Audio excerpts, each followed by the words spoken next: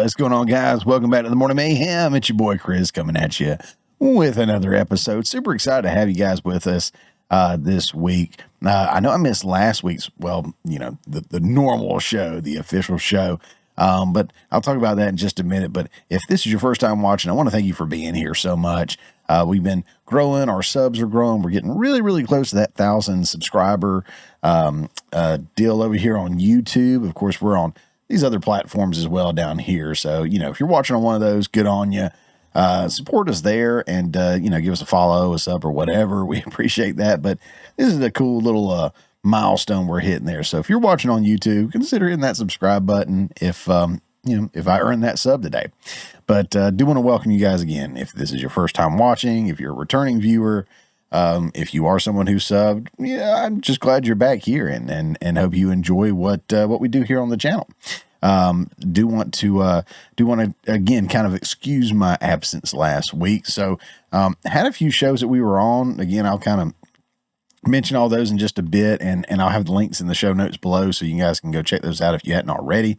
But last week just had a lot going on for other shows and just didn't really have time to pull a full show together, and had some stories pulled up, really wasn't feeling it.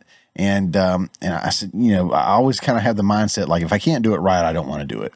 So I didn't do the full show, didn't do the regular show, but for those that are aware and did see it, I hope you enjoyed it. I was talked into by plenty of the people that I stream with, people that watch our streams or streams that I participate on.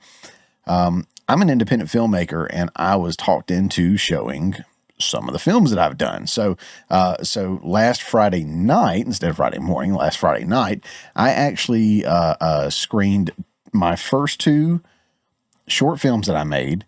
And I had a really good time doing that. We talked about some of the stuff that went into making the films. I showed some blooper reels on those things, and kind of scrolled through the film, and again pointed out some bloopers that were left in the film and all kinds of stuff, and had a really good time. Even had a couple of guys that worked on the films in the chat, so that was super special. That was super cool. So we did that. We had a good time. I'm always a little nervous when I'm showing my art, when I'm showing especially the first films that I did, because those are always going to be your rockiest, but had a good time. And again, I'll put the link in the show notes below. You guys can go check that out if you want to. But yeah, it ended up really just missing that connection with you guys, because the week before I did not have a show on purpose because that was Thanksgiving. So did not have a show on Thanksgiving. So it's actually been 2 weeks since the last show, and I've missed you. And what's really sad is after today's show, we have one more, and that's it for the year. So next week will be our last one. That is the 20th. I think I know how to count there and everything. Yeah, the 20th, December 20th. It will be our last show for the year. I do have a very special guest coming on that is near and dear to my heart, a really good friend of mine. You guys have heard me mention him many, many times. He's been on the live streams. I've been on his show, and he's never actually been on the Morning Mayhem. So really excited about hosting him, going out with a bang. Tune in for that next week, and I'll, of course, build up to that, kind of let you guys know who's coming. Just kind of teasing it right now, I guess. But I love him, and I'm super excited about that. So speaking of what all we have had going on, so I've got a little list because I've kind of been busy.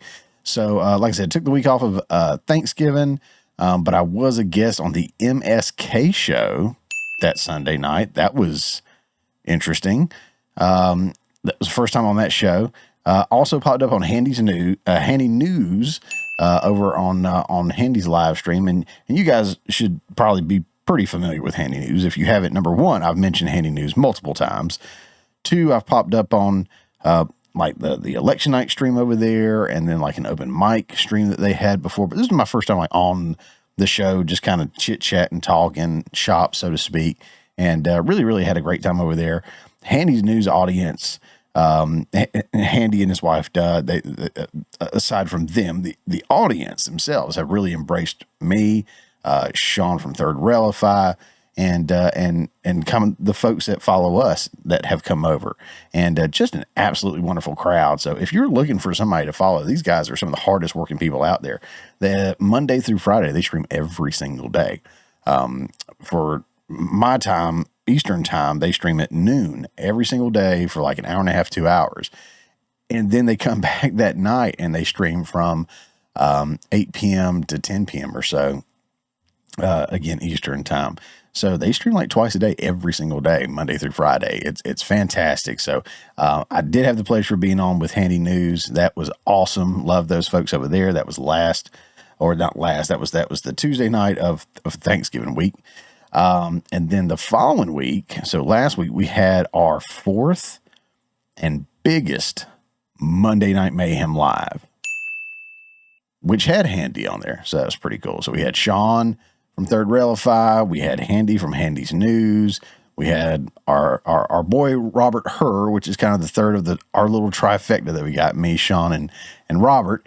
And then of course we had my good friend from Down Under, Daniel Clancy, on. Always a joy to have him on. He's got a really neat channel when he's out there putting some shows up. He doesn't put as many out there as I would love, because I really like listening to him and his perspective on things. So links to all these guys that I mentioned will be down in the show notes, because I just absolutely adore each and every one of them, and hope to see them grow and be successful.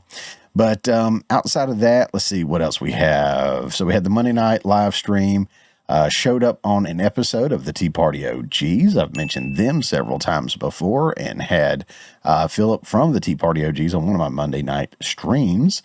And let's see, that may have been it. Yeah, I think that's it for where I have been. Now, where are we gonna be? All right. So obviously today, Friday, we've got this show.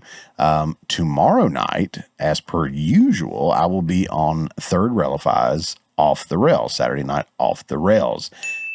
And it's going to be a really cool show. So unless something changes, and I hope, I'm just knock on wood here, I hope everything goes to plan, because as of right now, the time of recording, we have booked on the show Jacob Chansley, a.k.a. the QAnon Shaman. Huh? That's going to be a pretty cool show. So things could change, and I hate that if I'm like building it up now and then they change, whatever. Just, keep track of us on our socials over here. We'll post all that stuff. But I'm hoping we can stick with the plan, and that would be Jacob Chansey, aka the QAnon Shaman. You guys are probably very, very familiar with him. January 6th guy, jailed wrongly, and the leaked tapes that got released to Tucker Carlson and came out really helped free him from his illegal imprisonment, so to speak. So really, really excited to talk to him and let him kind of share some of his story and some of the behind the scenes stuff that maybe we haven't heard anywhere. So that's going to be a really, really cool show. So that's tomorrow night over on Third Railify. Let's see, I will be on a live stream on Monday night. This upcoming Monday night, I will be over on Daramouthe's channel. So I think it's called Dara Chat. Dara Chat is the name of the show. But the guy's name is Daramouthe, and he's had some really interesting guests on there. Reached out to me once we kind of figured out we were following each other and both had shows, and invited me on the show. So I'm really excited about being on his show Monday night and chit-chatting with him. And let's see, I already said next week will be our last show of the year, and already talked about that. And I guess lastly, before we get into the show, I'll just say that our first show back after the end of the year for the beginning of the year, as that's kind of how time works. Yeah. Our first show back will actually be January 6th. January 6th. That is going to be a Monday night Mayhem stream. So our first show back will be a Monday night Mayhem live stream to kick off the year. Already got the panel for that. It's going to be a really cool panel. And, what's really, really funny is I'm just now putting together that it's January 6th. Yeah. So I guess I should probably think of some January 6th stuff to talk about on January 6th. Anyways, that's when we'll be back. That's when we will kick off the year. So mark your calendars for that. It's going to be a good time. Mark your calendars for the other stuff we got coming up. If you like what I do, I always mention it. Just supporting by subbing, following, or whatever you want is plenty enough. Hitting that like button. If you do really, really like what I do, you can consider buying me a coffee, which just is a little donation kind of thing. You can help a channel out, help a brother out, and throw a little loose change my way. I know it's that time of year. Everybody's doing the Christmas shopping stuff. If you want to do it, cool. Again, I'm never one of these pushers or beggars or whatever. If you want to do it, cool. If you don't want to, no big deal. You can click on that QR code right there, scan that guy, or click on the link in the show notes below if you want to do something nice for the channel. And I do appreciate it. And like I said, if not, it's no big deal. Just glad you're here. All right, so let's go ahead and get into our first story. This is I was gonna go into it as one of the Get Woke Go Broke segments. I've got a stinger for that and everything. Good times. But I don't think this is a Get Woke Go Broke situation because of who it is. This is Google. From Fox Business, says Google accused of woke new Christmas ad with non-binary beauty influencer. Google is the latest company to face online backlash for putting out a woke ad. Here's Tommy Lauren. She could get it. Anyways, it says Google is being accused of going woke with a new Christmas advertisement featuring a non-binary beauty influencer. The online ad for Google Shopping showcases rising TikTok star Cyrus Vesey. I'm not on TikTok. My wife's out there watching stuff, and she'll send me clips from TikTok. I can't watch them. I think I've been able to on the computer successfully, but like if she sends me something on my phone, I can't. And I've got no desire to download that app myself, but to each his own. So I don't know any of these TikTok people. I don't think, for the most part. So no offense, guys. I just don't know you. But anyways, some non-binary dude or whatever, searching for skincare products with the Google service. The ad drew backlash online after conservative commentator and detransitioner Ollie London shared it along with a critical caption. Google launches woke Christmas campaign featuring man wearing women's clothing, complaining about his skin. So Ollie London may be familiar with Ollie, but this was on X. I was trying to find the best way to play this. And guys, this is going to be a fairly short show today. I've been working at our home office this week, and I feel a little warm. I don't know if I've got like a little touch of something, maybe. So I don't usually drink on the stream, but it's just Sprite or Big K Sprite. But so if you see me do it, dry throat, not feeling my best, please excuse me. It's a little unprofessional, but you guys are awesome. I feel like you'll be cool with it. But yeah, so we'll play this real quick. It's again kind of silly. We got these companies out here targeting,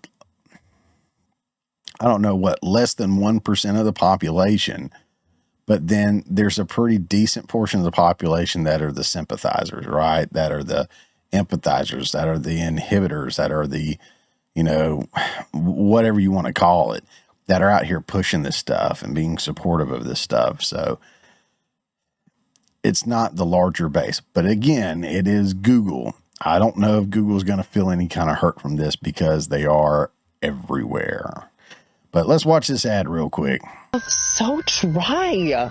This winter dryness is not it, especially when I have so many holiday looks to pull off. Thankfully, I know just the thing. And it's in stock nearby. Hydrated skin is a gift to everyone. No wrapping needed. Happy holidays to me.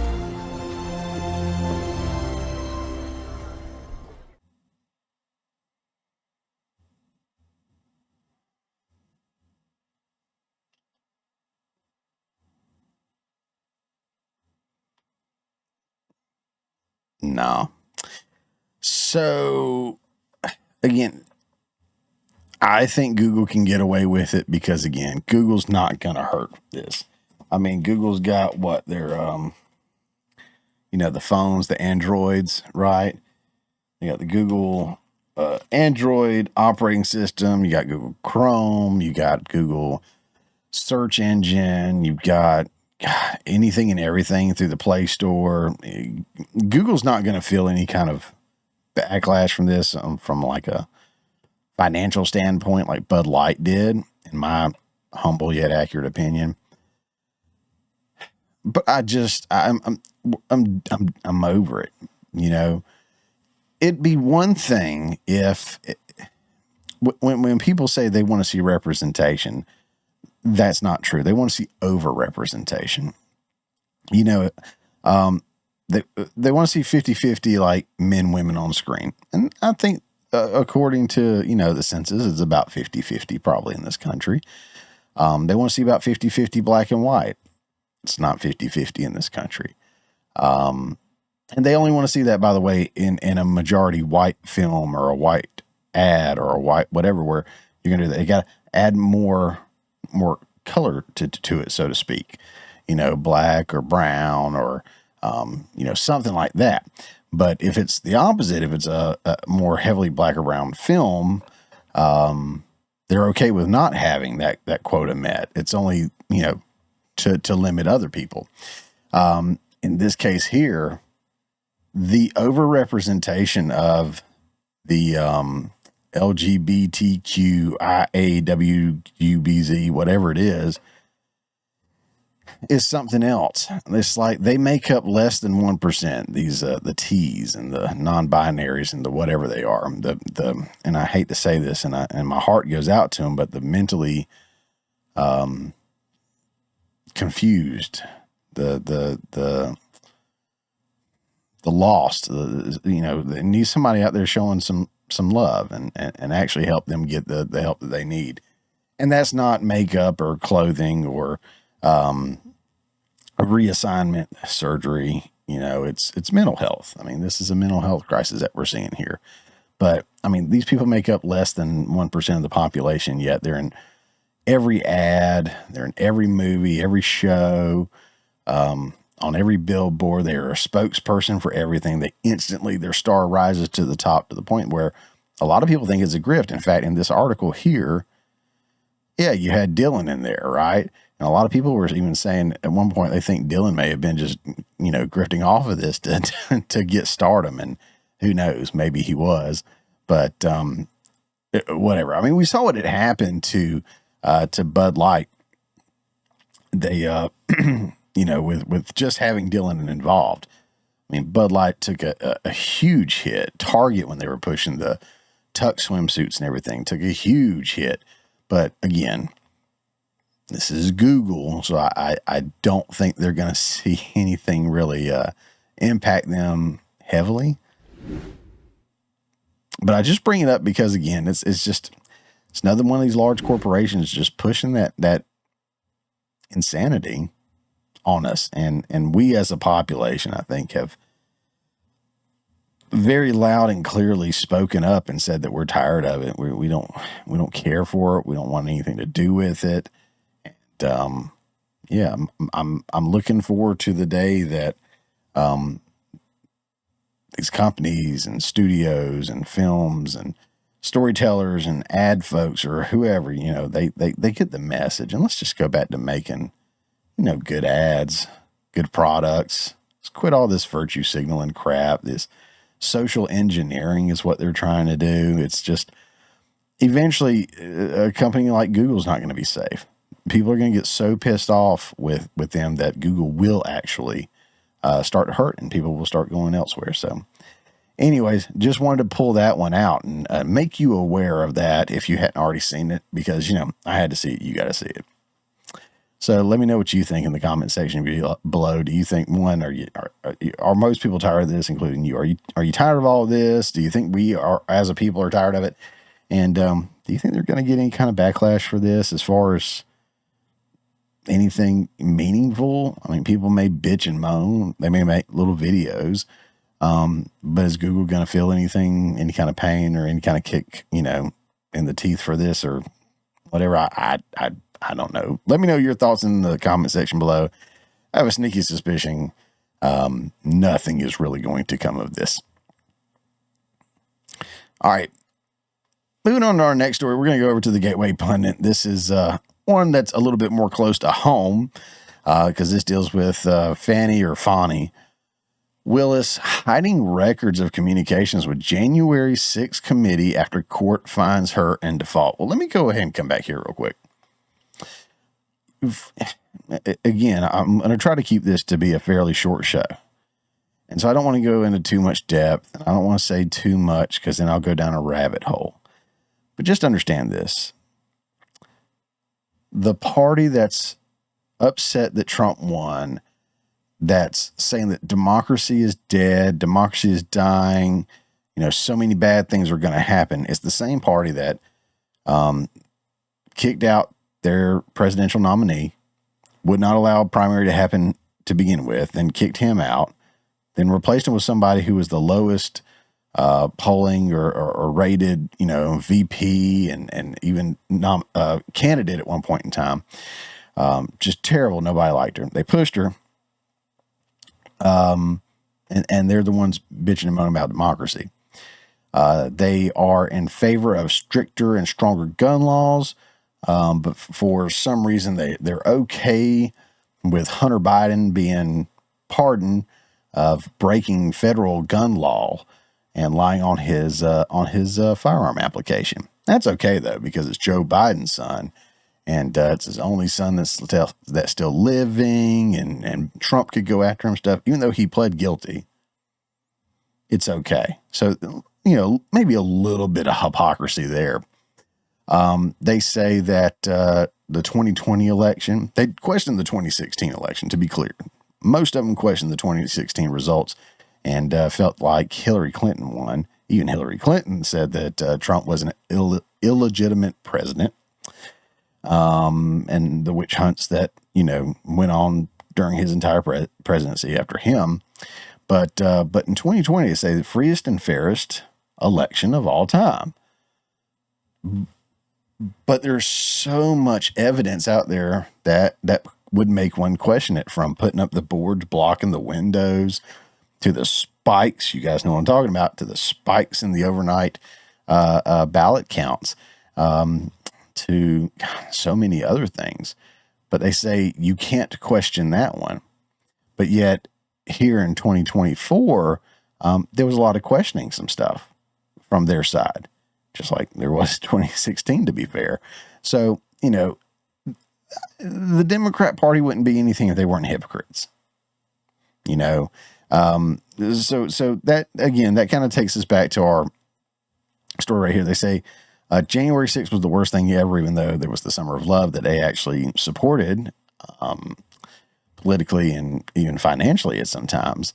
And right now with the, what's his name, Daniel Penny and his case and everything, they're upset, and I'm sure they would support riots in the streets and millions or billions of dollars in damages and whatnot. But they will still continue to point back to the only conservative, I'll say riot, sure. The only conservative riot that they can point to, which may or may not have been I don't know what I can or can't say, but it may have been, I don't know if PSYOP is the right word, but federally funded, federally organized, federally infiltrated. You get me? So yeah, there's a lot of questions around that one. But right here we have from my wonderful state of Georgia, which turned red this time, Fanni Willis, who out here, in these streets, you know what I'm saying, with all these men, is Fanni Willis hiding records of communications with January 6th committee after court finds her in default. There she go. Always complaining about something. It's racism. It's racism. That's racist! All the time. It says Fanni Willis screams at attorneys after she is questioned about her love affair with her co-worker, Nathan Wade. I can't make it up. Can't make it up. All right, let's run through this real quick. By the way, Gateway Pundit. Link in the show notes below. Fulton County District Attorney Fanni Willis is hiding records of communication with the January 6th committee after a court found her in default. The Fulton County Superior Court on Tuesday found Fanni Willis in default for refusing to hand over documents in an open records lawsuit. Fanni Willis refused to answer a public records lawsuit seeking records of her communications with special counsel Jack Smith. Earlier this year, conservative watchdog group Judicial Watch asked the Superior Court of Fulton County, Georgia, to declare default judgment against Fanni Willis after she refused to respond to its lawsuit related to communications she had with Jack Smith and the sham January 6th committee. Last year, House Judiciary Chairman Jim Jordan launched an investigation into whether Fulton County District Attorney Fanni Willis coordinated with federal officials during her years-long probe into Trump and his associates.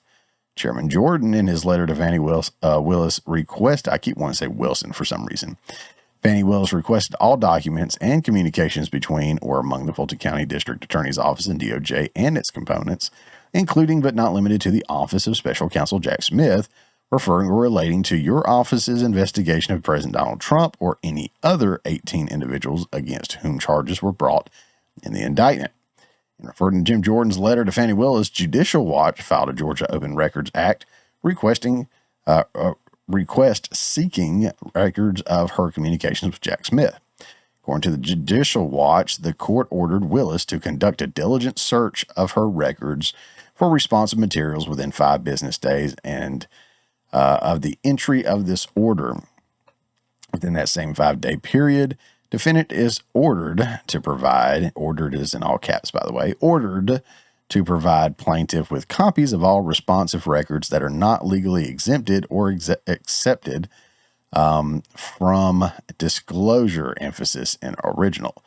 Willis's office responded with 0 non-public documents. So I'm going to read this. This is a response. Again, before I do, let me go back here and just point out that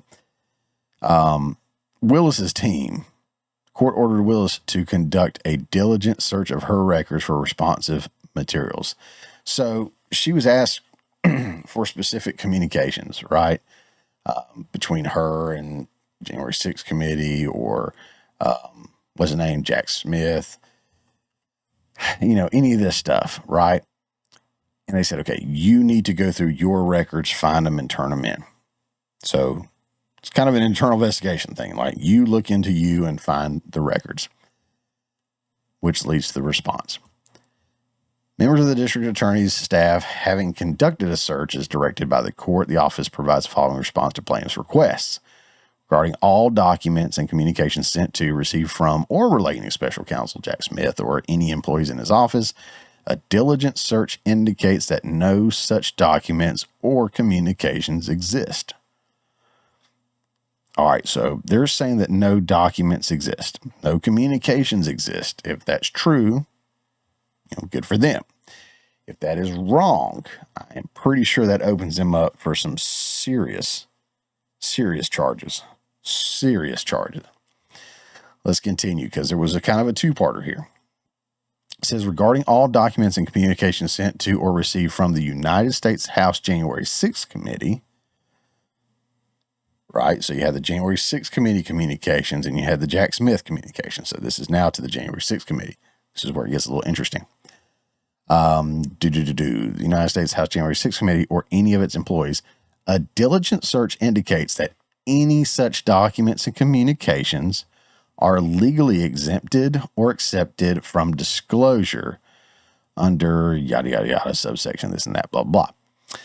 Per the direction of the Superior Court's order, the office informs the plaintiff that the records are exempted, accepted from disclosure because they arose from the investigation, subsequent indictment, and prosecution in case number 23, blah, blah, blah, blah, blah, are subject to attorney-client privilege and are confidential work product. As a result, they are records in a pending ongoing criminal investigation and prosecution. Okay, so they're saying that they don't have to turn over these, but they do exist. They do exist. Documents or communication between her office and the January 6th committee do exist. That's pretty much confirmed here. And they're basically saying, but we don't have to turn them over. All right, so this is what Judicial Watch came back and reported. It says Judicial Watch announced today that District Attorney Fanni Willis refused to release any non-public documents in response to a court order finding her in default for failing to respond to a Judicial Watch lawsuit seeking records of communications Willis had with Special Counsel Jack Smith and the House January 6th committee. Late yesterday evening, Willis's Open Records Department denied any records about Jack Smith existed and cited a series of legal exemptions to justify the withholding of communications with January 6th committee. The Willis office did release one already public letter to January 6th committee chairman Benny Thompson.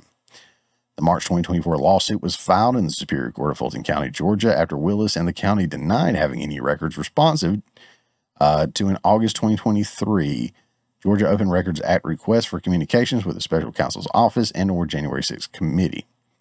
In his lawsuits, Judicial Watch stated that Willis's representation about not having records responsive to the request is likely false.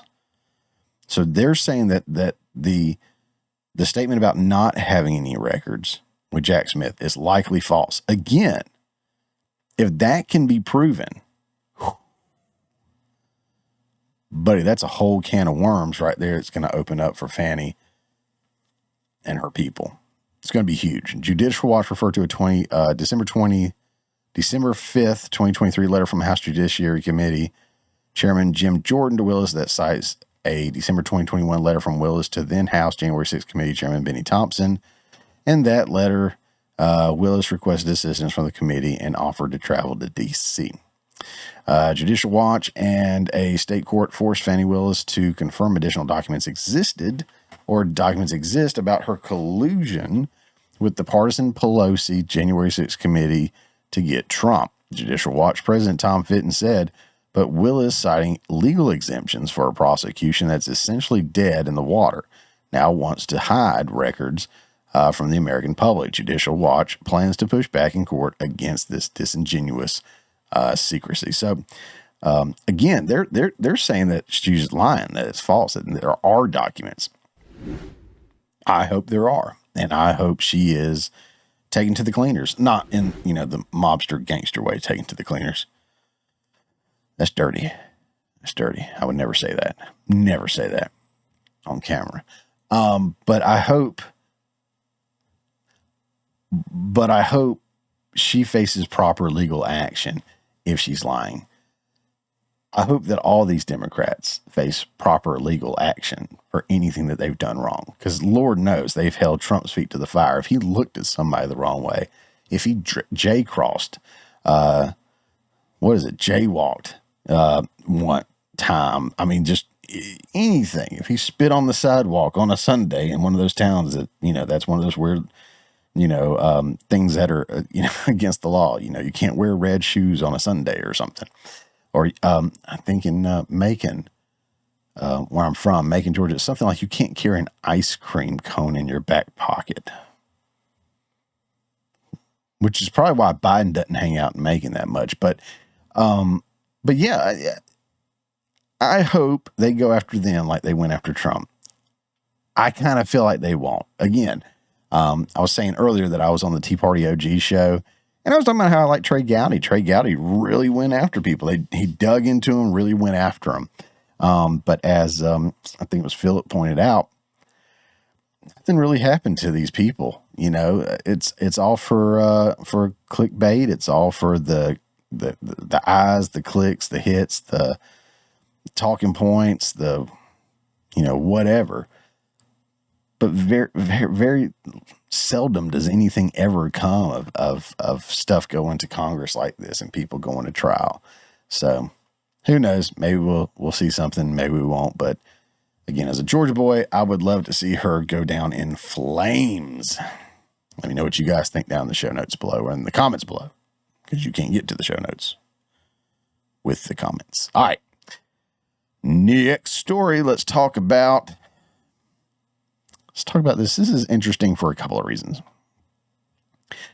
Getting away from the politics for a little bit, we're going to talk about this headline here from Variety. It says, Austin Butler set to star as Patrick Bateman in Luca Guadagnino's American Psycho. All right.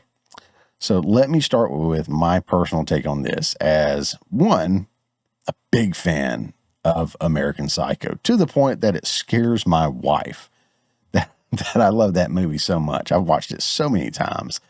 And I don't even get it 100%, but I like it. I like so much about it.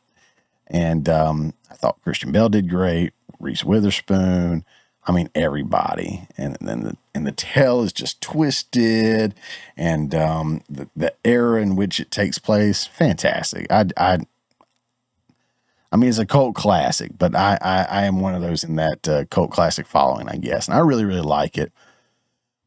But it is a film based off of a book, from my understanding. I think he goes on to say that. Yeah. Austin Butler is set to star in Luca's new interpretation of the book, American Psycho, by Bret Easton Ellis, for Lionsgate. All right. So kind of a I don't know if it's a trifecta. I'll get it out. Maybe it's 3 or 4 different things. I don't know. One, I love American Psycho as it is. It doesn't need to be remade. But this is somebody wanting to reboot from the book. Now, I'm not always the biggest fan of that. I think of Charlie and the Chocolate Factory, Willy Wonka and the Chocolate Factory. And I like Tim Burton a lot. I did not like his reboot of Charlie and the Chocolate Factory. If you did, that's cool. I'm not hating on you, but I hated it. Absolutely hate it. I'm a huge fan. I think you can maybe see it down there. Let's see. Yeah. Willy Wonka and the Chocolate Factory. My wife got me that. It's a little box set kind of thing, limited edition. Got some cool stuff in there. Anyways, I'm a huge fan of the original Willy Wonka and the Chocolate Factory, and did not at all really like the Charlie and the Chocolate Factory that Tim Burton did. I'm sorry if that upsets anybody, but I didn't like it at all. But that was a reinterpretation of the book, right, of the story. So this is the same kind of thing, and it may be completely different than the original film, and it may be awesome. It may be terrible. I know Christian Bale and I don't agree politically on stuff, but I've never heard him come out, and this is something I've talked to people about before too. When actors or filmmakers are just so adamant of like cutting down me and people like me that believe what we believe politically or spiritually or whatever, and they just attack, it really makes it hard for me to watch your films and enjoy your films. But just to have like a different opinion and vote for someone else and voice that, I have no problem with that. I can look past that in a heartbeat. You know, I've not personally heard Christian Bale like say, oh, if you support Trump, you're this, or, you know, if you're a white American, you're that, or if you're a Christian and you believe there's a God, you're that. I haven't heard him like come out and say like these awful things about people. So it doesn't affect me to watch his films. I think people get caught up in that a little bit too much. Like, oh, well, he's a Biden supporter, or she's a Trump supporter. Who cares? Who cares? Right. But now if you come out and you say like, if you voted for X, then you're an idiot. If you do this, I don't want you watching. When you do that, you've kind of crossed the line for me. And that's why all those late night shows, none of them get any love from the average man, average person. You know what I mean? Human is what I'm saying there. Don't cancel me. But I love Christian Bale. I love the first one. I love Christian Bale in pretty much everything he's in. I haven't seen him in the Thor: Love and Thunder because I haven't seen any of the new Marvel stuff. It pretty much ended after Endgame as far as I'm concerned. Austin Butler, I have not seen him in that motorcycle movie that he's in. I would like to see that. It looks pretty cool. He seems like a pretty good actor in what I've seen him in that I've actually watched, and then of clips that I've seen from other stuff. Like, as much as I'm a fan of Tarantino, I have not seen Once Upon a Time in Hollywood. I want to, I will, just haven't had time, to be honest. But I think he's in that. Don't think he plays Charles Manson, but he plays one of those guys. But I thought the clips I saw of him in that was pretty good. But I did see Elvis, and dude did a fantastic job in that. There were elements of that film I didn't absolutely love, but that's that filmmaker style. Baz Luhrmann, or whatever his name is. I didn't love his Romeo and Juliet with Leo, but yeah, I thought the Elvis was actually very well done, and I thought Austin Butler did a fantastic job. So you've got elements here of stuff that I really like and I really support. And I think artists being artists, you have the potential of somebody coming back behind you and making a better film, potentially. But I don't know, when something's a cult classic like that, maybe you just leave it alone. I'm not really going to read through the article. It really just says more of the same of what I was saying. Just kind of talks about films they're working on and who's doing this and that and everything. But anyways, that's pretty much it. I was just going to kind of go over that and present that to you guys and see what you guys thought in the show notes below, or in the comments below. I keep saying show notes again. I'm not feeling great. I feel like I am getting warmer as I'm recording this. So, hopefully I'm not coming down with anything, but I have been out in the public around people, which is something I don't do on a daily basis, but I have this week. But again, I like Austin Butler. I like Christian Bale. I don't know anything about the director. I thought the original was just fine. We don't need another reboot because it was just made. I say it was just made. It was made in what? It says in here, I think it was the 90s. 2000. It was 2000. Okay. I was thinking it was a little bit older, but again, I know it was shot to be older. But yeah, it was shot in 2000. We don't need another reboot, remake. We don't need this touched at all. There's plenty of scripts sitting on desk in Hollywood that are unique and different. And again, as a filmmaker, I know this to be true because I know people who have scripts on these desks, and they would have smaller budgets. They would be more easily made and would probably be more profitable than a lot of the stuff they're cranking out now. But they want to keep doing reboots, remakes, sequels, and all that stuff. Anyways, guys, let me know what you think in the comment section below about this story. All right. We're going to move on to our final story here. Again, short show this week. I do have a couple of trailers that popped up that I'm really, really excited about reviewing. So we'll have a couple of trailer reviews up here this week under Mayhem Reacts moniker. You guys are familiar with that more than likely, but really excited about that. That'll kind of tie off the show and the week in our segments that we release. Again, wasn't feeling great, so just kind of wanted to crank something out real quick because I love you guys and I've missed you, and it's been a couple of weeks. But this one I thought was absolutely worth mentioning. This comes from in multiple places, I guess mostly the Joe Rogan Experience, but pulled up this article because they did a good job talking about it. This is the People's Voice. Again, links in the show notes below. But it says Joe Rogan House report on COVID pandemic proves every conspiracy theory was correct. Now I know we've got some clips down here and I don't think I'm going to play the whole thing, but if you guys remember during COVID, I mean, it was, you had the people that just believed it, hook, line, and sinker, everything they said. Then you had people that questioned some of the stuff. And then you had like your big time conspiracy theorist people, right? Turns out the people that were questioning it were pretty much 100% right on what they were saying. The conspiracy theorists were pretty close to about 90% or so right on everything. And the people that bought it hook, line, and sinker, well, I don't know what to tell you. But like I said, we'll roll on down here a little bit. It says the House released a 500-page report On the pandemic, Rogan explained on his podcast this week, they basically said all of the conspiracy theorists were correct, every single one of them. No repercussions, no apologies, none of it. I'm not going to keep reading everything because I believe he goes into it in this clip. It is, no, I'm sorry. This is only a minute long, so I'll play it. Actually, let's go ahead and do that. So I'll kind of know how to skip around in the article because I forget what he says on this. I was thinking it was 8 minutes. I guess I was thinking of something else. So let's go. The House released a 500-page report on COVID-19 pandemic. Key findings: COVID-19 likely originated from a lab-related incident in Wuhan, China. Crazy. You get banned from YouTube for saying that. Banned. Okay, over $200 billion in relief funds lost to fraud, with criminals exploiting weak oversight. Prolonged lockdowns and arbitrary mandates cause severe harm, economic devastation, mental health crises, and historic learning loss, while lacking robust scientific support. Policies ignored natural immunity, pushing mandates that eroded trust and harmed public perception of science. Absolutely.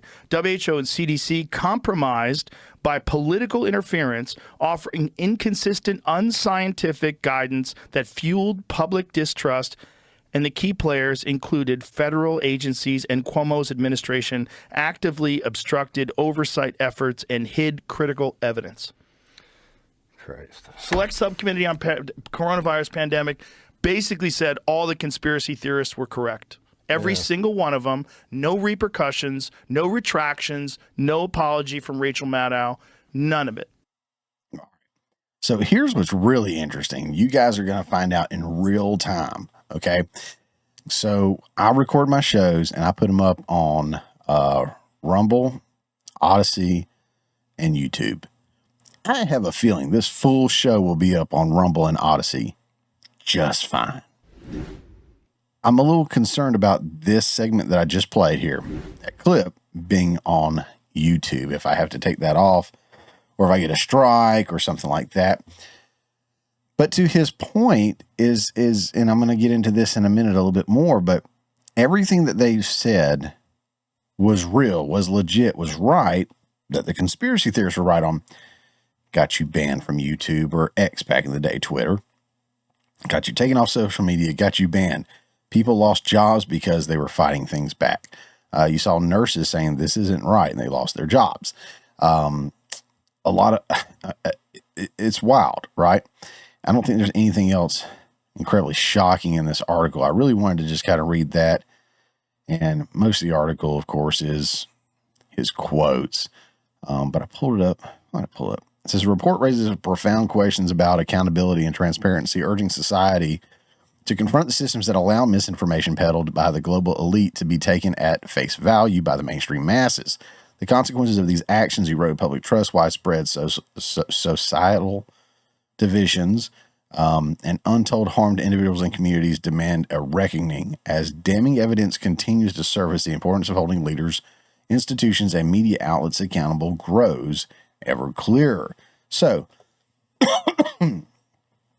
yes, again, I don't know if YouTube's going to strike me for sharing this and or tell me I got to take it down or whatever. But at the time, there were doctors that were coming out saying the science isn't there. Like, we don't agree with what Fauci and these other people are saying, and we have studies to go against that. Silenced. People like me and the Quartering and Salty Cracker and Steven Crowder. I think Steven Crowder got taken down for literally, I think Gerald was quoting the CDC and it got them a strike. But like you could literally pull up, a medical book and read it, or science quoting the CDC one week to the other was different. There was so much misinformation out there. In mainstream media, social media, everyone was doing their part in silencing these voices and, casting a light, elevating these voices, this perception of everything. So I want to mention one more thing with this story because I think it's incredibly relevant. Hopping off of there, we're Section 230. And most of you that are watching this probably know what Section 230 is. If you don't, we'll go over that real quick. But I use this site, EFF, not a site that I'm super familiar with, but I like the way they broke it down. And I want to say, yeah, they had a couple of good places they broke it down. I'll just read the very beginning of it, though. The internet allows people everywhere to connect, share ideas, and advocate for change without needing immense resources or technical expertise. Our unprecedented ability to communicate online, on blogs, social media platforms, and educational and cultural platforms like Wikipedia and the Internet Archive is not an accident. Congress recognized that for user speech to thrive on the internet, it had to protect the service that power users' speech. That's why U.S. Congress passed a law, Section 230, that protects Americans' freedom of expression online by protecting the intermediaries we all rely on. It states no provider or user of an interactive computer service shall be treated as the publisher or speaker of any information provided by another information content provider. Section 230 embodies that principle that we should all be responsible for our own actions and statements online, but generally not those of others. The law prevents most civil suits against users or services that are based on what others say. Congress passes bipartisan legislation because it recognized that promoting more user speech online outweighed potential harms. When harmful speech takes place, it's the speaker that should be held responsible, not the service that hosts the speech. Section 230's protections are not absolute. It does not protect companies that violate federal criminal law. It does not protect companies that create illegal or harmful content, nor does Section 230 protect companies from intellectual property claims. Again, most of that is known bias. And most social media sites, YouTube being one of them, Facebook, benefit from Section 230. However, when they act as the publisher and they say, okay, you can't post this because we disagree. You can't post this because the government says that's misinformation. Now they're acting as a publisher. So this is kind of separate, but it makes sense to pull this in. It's at this point, especially now that Trump's getting back in office and everybody's going to be kind of fine-tooth comb going through all these different organizations and these different departments and whatnot. Should these companies continue to receive benefits of Section 230 where they're not held accountable as a publisher? Well, if they're out here doing this and they are promoting misinformation because it comes from whoever they want to believe, and they are silencing people that are using their free speech, and they're actually bringing the truth to the table. In this case, again, the conspiracy theorists were right. Could they be held liable for, the misinformation, the conduct on their platforms? Because they are acting at that point as a publisher and not a free speech platform. I'm just throwing that out there. Just saying, somebody wants to funnel that on up, somebody more powerful, go for it. But something I think should really be looked at, because you've got these companies that swear that they're silencing misinformation, or they have their fact checkers out there, and none of it's true. It's just they are peddling the misinformation. And you guys know that. Elon said it a while back that we are the media now. And I've been doing my part to network with other creators out there. Like I say, I've been hooked up with Robert of the Washcast, Sean of Third Railify, and here lately I've worked with Lose Views Podcast, Tea Party OGs, Handy News. Like I said, I'm going to be on Daramouthe. I was on MSK. Who else I've been with? I've been with Jacob Airy. There's somebody else that's just not coming to the top of my head right off. But networking with all these guys, and again, showing that we are the media, that it's us. People are tuning into us more than mainstream media. And that's huge. That's a big thing. And this is one of the reasons why, because especially on some of these other platforms that are not doing the bidding of the federal government, you with me? You know what I'm saying? We are thriving. We are thriving in those areas. because people know that it's uncensored, it's raw, it's real, and it's authentic. I'm not beholden to any pharmaceutical companies advertising. I'm not beholden to the federal government cracking a whip and saying, you're going to lose funding for this or that or whatever. I have no funding unless you guys want to fund me, with something like this. I'm just saying it's the holiday season. You could theoretically fund the show. But anyways, guys, that's it. I just wanted to mention that because one, conspiracy theorists are right again. Not a big shocker there, to be honest, right? But again, to tie into that, let's review Section 230 again. Let's start holding these platforms, publishers, whatever they may be, start holding them accountable as we should for what they are versus what they are supposed to be. Let me know your thoughts in the comments below, because I think this one's a spicy topic and we could probably spend an entire show talking about. But that's it, guys. I'm going to go ahead and wrap up.